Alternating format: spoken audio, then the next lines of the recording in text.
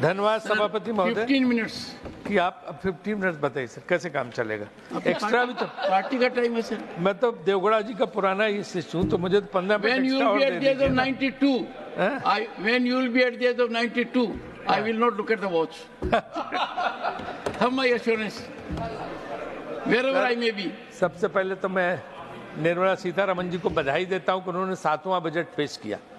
इस सरकार में इतने लंबे समय तक एक मंत्रालय में रहने बड़ा मुश्किल काम है और उसमें उन्होंने सफलता हासिल की, तो इसलिए बहुत बहुत बधाई की पात्र है वहां से। राजीव जी बधाई पूरी दीजिए। वो पहली वित्त मंत्री हैं जिन्होंने ये माइलस्टोन अचीव किया है। एडिशनल चार्ज सर इंद्र जी। ना तो सर पहली है and she is the first full-time finance minister, woman finance minister of the country. Indira Gandhi was first. हाँ I say first full-time. Full time. I would urge Jairam Ramesh. Was full time, sir. Sir. Indira Gandhi was full time. Sir. How can you say Indira Gandhi is part time? Sir. Who said so? You are Nothing will go on record. You're implying that. What is this? Full time, full No, you are getting this. My very good friend, Mr. Chidambaram is not here. He called all of us as part-timers. He called all of us part-timers. No one here is part-timer. And we have enormous respect for Indira ji. There is none in the house. Don't create controversy. Nothing will go on record. Don't create controversy. Don't create controversy about our leaders. Don't distort. We value each and every leader sitting this side and that side. They are highly respected. has never Every said time to create a controversy note, I think we must get over it. Mr. Rajesh Shukla. Ji sir. Sir budget की भाषण पे जब budget पे भाषण दिया तो हमेशा से एक परंपरा रही है कि चाहे सत्ता पक्ष हो चाहे विपक्ष हो अपने सुझाव देते रहे। और पहले तो ये था कि सत्ता पक्ष में जो लोग बैठे होते थे वो तक भी बजट की कुछ कमियां हैं तो उसकी आलोचना करते थे और न वित्त मंत्री और न सरकार किसी को बुरा नहीं लगता था। लेकिन अभी तो क्या है कि जरा सा भी कुछ बोल दे तो हंगामा, और उधर जरा सा कुछ हो तो सिर्फ ताली बजाने के अलावा कुछ नहीं है। बिना ये अनुभव किए हुए कि एक पुराना शेर है, वो ताज़ा दम है नए शोभ दे दिखाते हुए, अवाम थकने लगा तालियां बजाते लगा। आप भले बजाएं, अवाम थक गया ताली बजाते बजाते सुन के। तो ये जो है वो मुश्किल इस बजट में भी परिलक्षित हो रहे। यार नीर भाई तुम यार मत बोलो, तो पुराने दोस्त हो तुम, काहे को जब आगे होगा नॉमिनेशन तो हम भी साथ चलेंगे सिफारिश करने, इसलिए चिंता। हाँ श्री शांत है ना। तो क्या है ना कि कुछ हमें लग रहा था कि कुछ का साथ सबका विकास, इस बजट में लग रहा है कि कुछ का साथ और कुछ का विकास। अगर आप एक ट्रेन ले यहाँ से कन्याकुमारी की तो ऐसा कोई राज्य रास्ते में नहीं पड़ेगा जिसमें कोई नया प्रोजेक्ट इस बजट से लगाया जा सके, सब कुछ खाली है। और यहाँ में एक बात जो ज़्यादातर विपक्ष के वक्ताओं ने कही है उससे हम सहमत नहीं है कि साहब सब कुछ बिहार को दे दिया और सब कुछ जो है आंध्रा को दे दिया।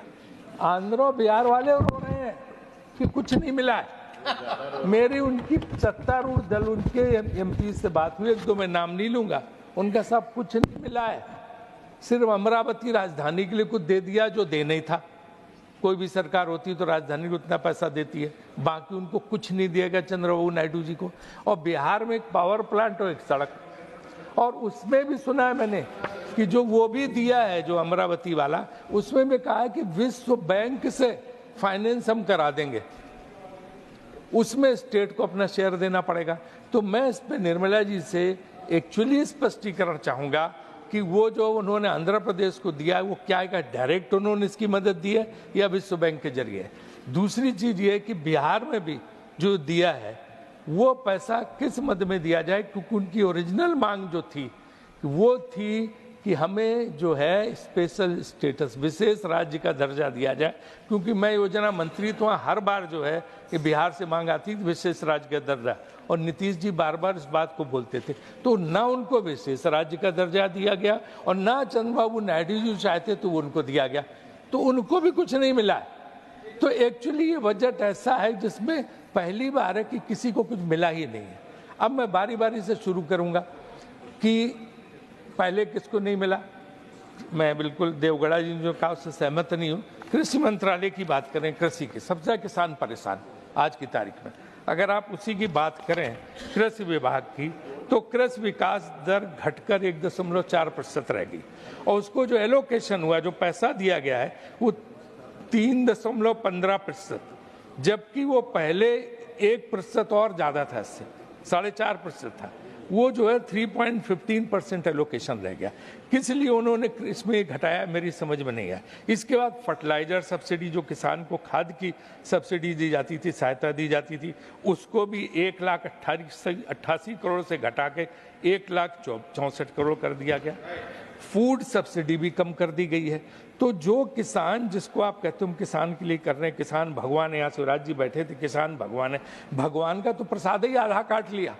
मंदिर में जो प्रसाद चढ़ता तो वही आधा काट लिया और कह रहे हैं हम भगवान किसान हैं। तो किसान के साथ जो अन्याय किया है, भगवान करे ऐसा अन्याय कोई और सरकार न करे किसानों के साथ। दूसरी चीज ये कि रेल बजट की परंपरा खत्म हो गई। वो चीज, रेलवे भी कैसा है जो आम जनता से जुड़ा हुआ, उसकी क्या मजा आता था जब रेल बजट पेश होता था। पहले से एमपी तैयार हो जाते थे, सब अपनी अपनी मांग उठाते थे। कोई रेल लाइन मांगता था, कोई नई ट्रेन मांगता था, कोई कुछ कहता था, कोई कुछ कहता था। वो एक उत्सव जैसा होता था रेल बजट। वो सारा खत्म करके आपने इसके अंदर डाल दिया। अब इसमें रेल बजट की क्या भूमिका रहेगी? वो बजट 1.5 घंटे को पढ़ा जाता था, इसमें डेढ़ बार नाम भी नहीं लिया गया रेल का, सिर्फ एक बार रेलवे का नाम लिया गया। तो इसका मतलब बजट में रेलवे को कोई स्थान ही नहीं है। रेलवे की पूरी तरह से उपेक्षा है। अगर आप देखें तो जो इन्फ्लेशन के हिसाब से भी और दूसरी चीजों के हिसाब से जो वादा किया गया था, जितने प्रतिशत उसका बजट बढ़ाना चाहिए, सिर्फ 5% बढ़ाया गया। उससे कोई नई सुविधाएं क्रिएट नहीं हो सकती है। अगर रेलवे की स्थिति देखी जाए तो बहुत बुरी हालत में है और उसके लिए कोई प्रयत्न नहीं किए जा रहे। अगर क्योंकि मैं जानबूझ के एम्फेसिस रेलवे पे दे रहा हूँ इसमें, क्योंकि और विषयों पे हमारे बहुत लोगों ने बोला है। आप अगर देखें तो जितने जो सीएजी की रिपोर्ट के हिसाब से, जो पुअर इंफ्रास्ट्रक्चर मेंटेनेंस और इसका ये सीएजी की रिपोर्ट है, उस हिसाब से जो है आपने इसमें कहीं कोई प्रावधान नहीं किए हैं और फाइनेंशियल परफॉर्मेंस इसीलिए गिरती जा रही है। 2023 के बजट में सीएजी रिपोर्ट ने कहा था मतलब 68,269 करोड़ का घाटा था पैसेंजर। उसमें वादा किया गया कि हम फ्रेट के जरिए पूरा करेंगे, लेकिन आज फ्रेट के लिए भी जो फ्रेट जर्नी के जरिए जो है, जो ट्रेन ऑपरेशन से, उसके जरिए भी कुछ भी जो है नहीं किया जा रहा, बल्कि उसकी स्पीड जो है, जो स्लो जर्नी 50 से 51 किलोमीटर पर घंटा रह गई है, जो कि मिशन रफ्तार जो नारा दिया गया था उसके हिसाब से कुछ भी नहीं है। और वंदे भारत के अलावा और बाकी ट्रेन का बुरा हाल है, उनकी स्पीड बहुत नीचे है। दूसरे कवच सिस्टम, उसको लेके भी बहुत ज़्यादा ही कहा गया था। कवच सिस्टम सिर्फ 1465 किलोमीटर ट्रैक पे है, बाकी देश में कहीं कवच सिस्टम, इसलिए रोज आए दिन जो है दुर्घटनाएं हो रही हैं। मैं सरकार से अपील करूंगा, अनुरोध करूंगा कि कम से कम इसमें 3000 किलोमीटर तक तो कवच सिस्टम लागू किया जाए वहाँ पे, और इसको आगे और बढ़ाया जाए ताकि दुर्घटनाएं ना हो। आम लोगों उससे परेशान होते, लोग परेशान होते हैं। और जो पीपीपी मॉडल्स में जो विकसित करना था, चाहे रेलवे की प्रॉपर्टीज हो, चाहे रेलवे की एसेट्स हो, उस मामले में भी कुछ नहीं अभी तक किया जा रहा। कोई बजट में ऐसा उसमें जो है हमें कोई प्रावधान देखने को नहीं मिला है। और जो इसके अलावा जो एसेट्स की चोरी हो रही है, जैसे बिहार में 500 टन का जो रेलवे ब्रिज था वही लोग उखाड़ के ले गए और पता नहीं आज तक कि कौन ले गया। तो रेलवे संपत्ति की जिस तरह से चोरियां हो रही हैं वो भी रोकने में नाकामी है। तो मेरा यही आपसे अनुरोध है कि इस तरफ भी, रेलवे बजट की तरफ भी लोग देखें और उनको ये जो है सरकार उसमें अच्छा ही करके करे। एक चीज़ जुडिशरी के बारे में बोलें, बहुत कम शायद संजय सिंह ने बोला था। सर, जुडिशरी का भी इसमें कोई जो है वित्तीय प्रावधान नहीं किए गए। जुडिशरी की हालत बहुत खराब, अभी तक तो लोअर जुडिशरी तो वर्स्ट पोजीशन। अगर आप देखो केसेस बहुत हैं, न कूलर है, न एसी है, न कुछ है, लोग खड़े रहते हैं, मजिस्ट्रेट जज भी परेशान रहते हैं, लेकिन वो राज्यों का विषय है, इसलिए हम उसको नहीं करें। केंद्रीय बजट में कम से कम हाई कोर्ट्स और जो है ये सुप्रीम कोर्ट का, उसका तो ध्यान रखना चाहिए। वहाँ जैसे सुप्रीम कोर्ट में, आप आज ही अखबार में छपा है कि इतनी ज़्यादा केसेस की पेंडेंसी सुप्रीम कोर्ट में हो गई है कि वहाँ कम से कम अगर 40 सुप्रीम कोर्ट के जज की स्ट्रेंथ बढ़ा के करनी चाहिए। पहले 31 से 33 34 की थी सरकार ने, लेकिन मुझे लगता है कि कम से कम 2-3 बेंचेज की और ज़रूरत है, लेकिन इसके लिए इंफ्रास्ट्रक्चर नहीं। तो इसलिए सरकार को इनमें और हाई कोर्ट्स में इंफ्रास्ट्रक्चर बढ़ाना चाहिए। जजेज की वैकेंसी जो बाकी उनको बढ़ाने के पूरा करना चाहिए, और ये नहीं कि हमेशा खाली रहे जजेज की वैकेंसी। उनको दूसरा सुझाव मेरा ये है कि उसमें जो है वो सुप्रीम कोर्ट में स्ट्रेंथ बढ़ाएं, हाई कोर्ट में जहाँ स्ट्रेंथ कम है वो बढ़ाई जाए। कर्नाटका जैसा हाई कोर्ट सिर्फ 30 जज है, तो जो है उनको बढ़ा के जो है इस स्ट्रेंथ को बढ़ा के। और इलाहाबाद हाई कोर्ट में आज तक कभी पूरे जज आए नहीं, 160 की स्ट्रेंथ है, लेकिन आज तक 80-90 से ऊपर जा ही नहीं पाए, 100 भी नहीं टच किया। तो जजेज की वैकेंसी भरी जाए और इंफ्रास्ट्रक्चर पर बहुत पैसा खर्च करना चाहिए जुडिशरी के मामले में। तीसरा ही कि MSME सेक्टर माने छोटे और लघु उद्योग और व्यापारी, उनकी बहुत बुरी हाल है और उनको मार दिया है GST ने। GST के कुछ प्रावधान ऐसे हैं जिनको तत्काल सरकार को बदलना चाहिए। जैसे अगर कोई गवर्नमेंट के साथ व्यवसाय करता है तो गवर्नमेंट को उसने अपना काम करके बिल रेज किया तो उसको तुरंत GST देनी पड़ती है, और गवर्नमेंट का पेमेंट आता है साल भर बाद, 6 महीने बाद। उसी में कंपनियां डूब रही हैं, क्योंकि उनको साल 6 महीने तक वो कहाँ से करेंगे, या तो लोन लेके GST अदा करें। तो ये GST जिसका इतना बड़ा हुआ किया गया था कि साहब ये देश अब कर सुविधा, कर सरलीकरण से बिल्कुल ये हो गया, और सेंट्रल हॉल में फंक्शन हुआ था जैसे देश आज़ाद हो गया। ऐसा लग रहा है कि देश कर से आज़ाद हो गया। वो समस्या इतनी बड़ी बन गई है कि लाखों उद्योग डूब गए, और सख्ती GST के अधिकारियों को पावर बहुत दे दिए गए, सर किसी को भी गिरफ्तार कर सकते, कहीं भी छापा मार सकते। उससे व्यापारी बहुत परेशान है। तो ना तो कोई अपने उद्योग को बढ़ा रहा, ना तो कोई अपने व्यापार को बढ़ा रहा है, बल्कि जो जैसा चुप बैठा हुआ है। तो नौकरियां कहाँ से आएंगी? ये चीज़ सीधे रिलेटेड एम्प्लॉयमेंट्स। जो बड़े बड़े लोग हैं वो सब चले गए विदेश, छोड़ के यहाँ का देख के जिस तरह से हाल था वो बाहर आपने देखा, आप उसकी रिपोर्ट मंगा लीजिए भाई, कितने लाख उद्यमी एंटरप्रेन्योर्स देश छोड़ के बाहर बस गए। यहीं से पैसा लेके तो गए, वादा था काला धन लाने का, लेकिन इस तरह से 15 लाख के करोड़ के करीब बाहर चला गया। लोग बाहर जाके वो जो है वो इंडस्ट्री लगा रहे हैं और वहाँ जाके रह रहे हैं। तो ये जो है बहुत ही खतरनाक चीज़ है देश की अर्थव्यवस्था के लिए। हमें इसकी तरफ देखना चाहिए, और ये डायरेक्टली लिंक्ड है एम्प्लॉयमेंट की समस्या से, जो सबसे बड़ी समस्या। आज आप क्यों आप उसमें आए, आपका बहुमत क्यों नहीं आ पाया? आप इस चीज़ को समझ ही नहीं पाए। जहाँ 5-5 लाख से जीते थे, आज 1.5 लाख, 1 लाख 50,000, 20,000 से जीते, और तमाम जगह हार गए। वजह क्या है? भयानक बेरोजगारी है, नीचे परेशान है लोग। एक तो बड़ी जल्दी लॉकडाउन लगा दिया 4 घंटे के नोटिस पे, तो लोगों का अगर 3-4 दिन का टाइम देते, मुफ्त ट्रेन चलाते, लोग पहुंच जाते। अब वो जो कष्ट में गए हैं, परिवार सब सर पे 7-7 दिन 10-10 दिन पैदल चल के, उनके अंदर डर बैठ गया। वो वापस न गुजरात आना चाहते, न महाराष्ट्र आना चाहते, न पंजाब जाना चाहते, कहीं नौकरी के लिए नहीं जाए, क्योंकि उनको डर लगता कभी कुछ हो गया तो हम दोबारा स्थिति नहीं झेलेंगे। ये मैं कोई आलोचना नहीं सरकार कर रहा हूँ। तो इसलिए वो लेबर की कमी हो गई। पंजाब में कुछ आप बने, रियल इस्टेट में बिल्डर्स को लेबर नहीं मिल रहा है।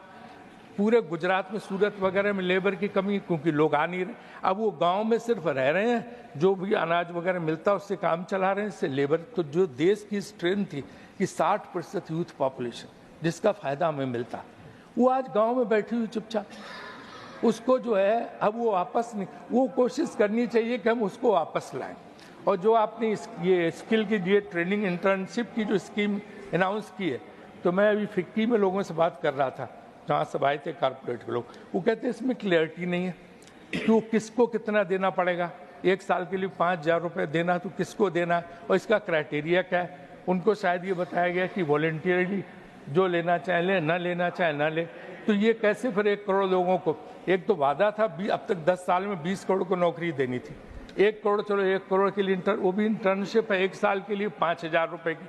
वो क्लैरिटी मैं वित्त मंत्री से अनुरोध करूंगा कि दें कि जो इंटर्नशिप स्कीम है उसमें क्या, किस ढंग से इंटर्नशिप स्कीम लागू होगी, और उसका पूरा जो प्रावधान उन्हें सदन में बताना चाहिए, ना कि बाद में रूल्स अधिकारी बना दें और पता हम लोगों को न चल पाए और उससे लोगों का कोई फायदा ना हो। वो भी बहुत गलत काम हो जाएगा।